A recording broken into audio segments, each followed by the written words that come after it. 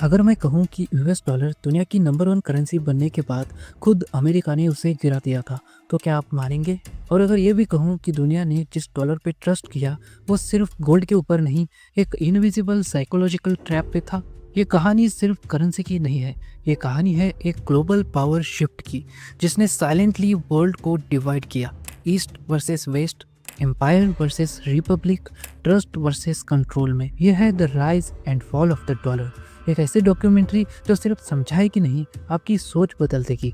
सोचो, अगर आज से 100 साल पहले किसी ने पूछा होता दुनिया की सबसे पावरफुल करेंसी कौन सी है, तो जवाब सिंपल होता, pound sterling. Yes, British pound. Dollar का तो नाम भी नहीं होता डिस्कशन में। ये वो टाइम था जब ब्रिटेन का राज सिर्फ जमीन पर नहीं, बैंक अकाउंट्स पर भी चलता था। जिस देश में सूरज कभी नहीं ढलता था, उस देश की करेंसी पर दुनिया भर के सेंट्रल बैंक्स भरोसा करते थे। चलो एक फन फैक्ट सुनाता हूँ। 1913 में वर्ल्ड का 64% फॉरेन एक्सचेंज रिजर्व्स लंदन के पास थे। यानी अगर किसी देश को अपना पैसा सेफ रखना होता तो वो पाउंड स्टर्लिंग में ही रखता। That's financial domination. और क्यों ना हो, London was the financial capital of the world. हर बड़ा इंटरनेशनल ट्रेड डील वहीं सेटल होता था। अगर जब पूरी दुनिया एक ही करेंसी पर डिपेंडेंट हो जाए तो उस करेंसी का पावर इमेजिनेशन से भी ज्यादा होता है। Trust was not just in banks, trust was in the British brand. एक और क्रेजी ट्रुथ, उस टाइम पे अगर आप इंडिया, अफ्रीका या कैरेबियन के किसी भी कोने में भी थे तो भी आपकी जिंदगी पर स्टर्लिंग का असर था। वो नोट्स सिर्फ कागज नहीं थे, वो पावर का सिंबल थे। आज हम सोचते हैं कि डॉलर सब कुछ है, लेकिन उस वक्त दुनिया स्टर्लिंग से चलती थी और ब्रिटिश एम्पायर का एक ही फाइनेंशियल इंजन था, लंदन। लेकिन फिर एक नया प्लेयर साइलेंटली एंटर हुआ, एक ऐसा देश जो जब तक ज्यादा बोलता नहीं था, बस क्वाइटली गोल्ड जमा कर रहा था। और जब समय आया, उसने स्टर्लिंग से कुर्सी छीन ली। कभी कभी दुनिया में सबसे बड़ी तब्दीली शोर मचा के नहीं, खामोशी से होती है। और जब पूरी दुनिया ब्रिटिश पाउंड के जादू में थी, एक नई ताकत साइलेंटली ग्रो हो रही थी, अमेरिका। वर्ल्ड वॉर 1 के दौरान यूरोप बर्बाद हो गया था, टैंक्स, बॉम्ब्स और कर्जा। लेकिन अमेरिका वो बना दुनिया का लेंडर, सबको उधार दिया, गोल्ड लिया और क्वाइटली अपनी तिजोरियां भरता गया। गोल्ड गया लंदन से और आया न्यूयॉर्क में। ये वही मोमेंट था जब डॉलर ने अपनी सीट रिजर्व कर ली थी, लेकिन किसी ने नोटिस ही नहीं किया। इमेजिन करो, 1924 तक कुछ देशों ने पाउंड से ज़्यादा डॉलर होल्ड करना शुरू कर दिया था और लोगों को लगा कि स्टर्लिंग अब भी नंबर 1 है। परसेप्शन और रियलिटी का ये गेम ही तो डेंजरस होता है। सेंट्रल बैंक्स जैसे स्विट्जरलैंड, इटली, जापान एवं चेकोस्लोवाकिया सब ने अपने रिजर्व्स डॉलर्स में शिफ्ट करना शुरू कर दिया था। डॉलर क्वाइटली ग्लोबल ट्रस्ट का न्यू सिंबल बन गया। और यहाँ एक साइकोलॉजिकल ट्विस्ट था। लोग स्टर्लिंग में रिजर्व इसीलिए रख रहे थे क्योंकि वो पहले से करते आए थे, हैबिट था। बट वंस उन्होंने देखा कि डॉलर स्टेबल और स्ट्रांग है, शिफ्ट होना स्टार्ट हुआ, क्योंकि कोई भी अपना पैसा डूबने नहीं देना चाहता था। यानी दुनिया फियर से ट्रस्ट बनाती है। 1920s America, opportunity, growth, stability, यही वो मैजिक कॉम्बो था जिसे डॉलर बना न्यू किंग। बट सबसे इंटरेस्टिंग बात, ये विक्ट्री बिना जंग के मिली थी। कोई बुलेट नहीं, कोई बॉम्ब नहीं, सिर्फ गोल्ड, ट्रस्ट और पॉलिसी।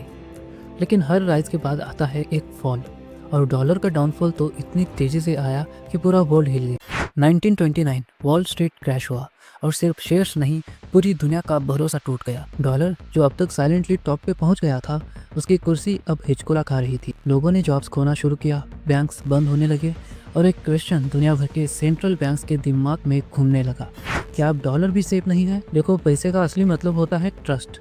और जब इकोनॉमी क्रैश होती है तो पहले लोग शेयर्स बेचते हैं, फिर डॉलर्स और फिर होप। 1933 में फ्रांस ने डॉलर से अपना ट्रस्ट हटा लिया। उन्होंने अमेरिका के पास से इतना गोल्ड निकाल लिया था कि यूएस डॉलर का वैल्यू गिराना पड़ गया। ये थी डॉलर की पहली पब्लिक डिफेक्ट। सोचो, अगर आप एक देश हो और आपके पास दुनिया का सबसे ट्रस्टेड करेंसी हो और फिर एक दिन दुनिया के लोग आपके ऊपर से भरोसा हटा ले, तो कैसा लगेगा? एग्जैक्टली यही हुआ अमेरिका के साथ। 1933 में यूएस ने डॉलर को डीवैल्यू कर दिया, यानी खुद से बोला हमारे डॉलर की वैल्यू अब कम है। गोल्ड कन्वर्टेबिलिटी बंद कर दी गई। लोग जो समझते थे कि डॉलर अनडिफेटेबल है, अब कंफ्यूज थे, अगला रिजर्व करेंसी कौन बनेगा? और इसी कंफ्यूजन के बीच एक पुरानी करेंसी ने कमबैक किया। यस, ब्रिटिश पाउंड, जिसने सोचा भी नहीं था कि वो वापस टॉप पर आएगी, लेकिन उसने किया। और इस कमबैक के पीछे सिर्फ इकोनॉमी नहीं थी, पॉलिटिक्स थी। जब डॉलर गिरा, स्टर्लिंग ने सोचा गेम अभी खत्म नहीं हुआ, और पॉलिटिक्स ने कहा गेम अभी शुरू हुआ है। 1933 के बाद दुनिया एक नई रिजर्व करेंसी की तलाश में थी। फ्रांस ने सोचा क्यों ना पेरिस को अगला फाइनेंशियल कैपिटल बना दिया जाए, और तब शुरू हुआ एक साइलेंट प्लान। लंदन और न्यूयॉर्क के बीच में पेरिस। आपने सुना होगा पैसा सब कुछ नहीं होता, लेकिन पॉलिटिक्स में पैसा ही सब कुछ बनाता है। फ्रांस ने सीक्रेटली अपने गोल्ड रिजर्व्स और फॉरेन बैलेंसेस का यूज किया लंदन को प्रेशर में डालने के लिए। स्टर्लिंग को ऊपर उठाया गया ताकि डॉलर को नीचे रखा जा सके। ब्रिटिश एम्पायर के अंदर जितने भी कॉलोनीज थे, Australia, New Zealand, Ireland, south Africa, सब ने पाउंड स्टर्लिंग होल्ड की। ये कोई कोइंसिडेंस नहीं था, ये था एक स्ट्रैटेजी। ब्रिटिश राज ने अपने सारे अलाइज से कहा, hold sterling, trust sterling, spread sterling. अब सवाल ये था, क्या ये इकोनॉमिक डिसीजन था या एक डिप्लोमेटिक वेपन?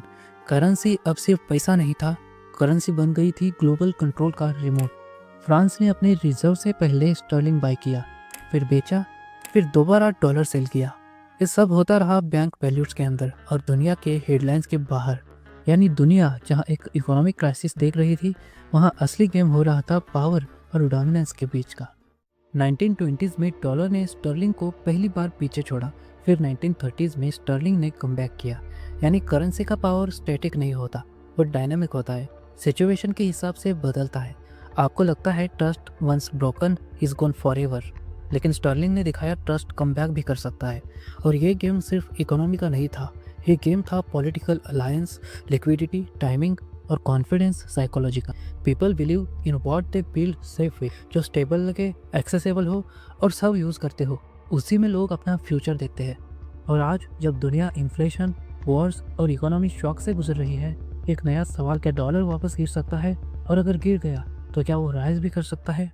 अब जब आपने पूरी कहानी देखी, एक सवाल सीधा आपके दिमाग में घुस गया होगा, आखिर किस करेंसी पर भरोसा करें, डॉलर, यूरो, युआन या कोई और नया चैलेंजर? लेकिन असली क्वेश्चन ये नहीं है, असली क्वेश्चन ये है, आप जिस पे ट्रस्ट करोगे वही अगला किंग बनेगा। क्योंकि करेंसी का राज सेंट्रल बैंक से नहीं, आपके ट्रस्ट से चलता है। और अगर आपने अभी तक सब्सक्राइब नहीं किया तो समझ लो आप दुनिया के सबसे इम्पोर्टेंट मनी शिप से अनजान रह जाओगे। आपको लगता है ये सिर्फ हिस्ट्री थी? नहीं, ये आपका फाइनेंशियल फ्यूचर था। अब दो रास्ते हैं, या तो आप वीडियो क्लोज करो और भूल जाओ कि आपने क्या सीखा, या सब्सक्राइब करो ताकि अगली बार डॉलर या कोई और करेंसी हिले, आप उसके नीचे नहीं उसके ऊपर हो। बाकी तो दुनिया ऑलरेडी सो रही है।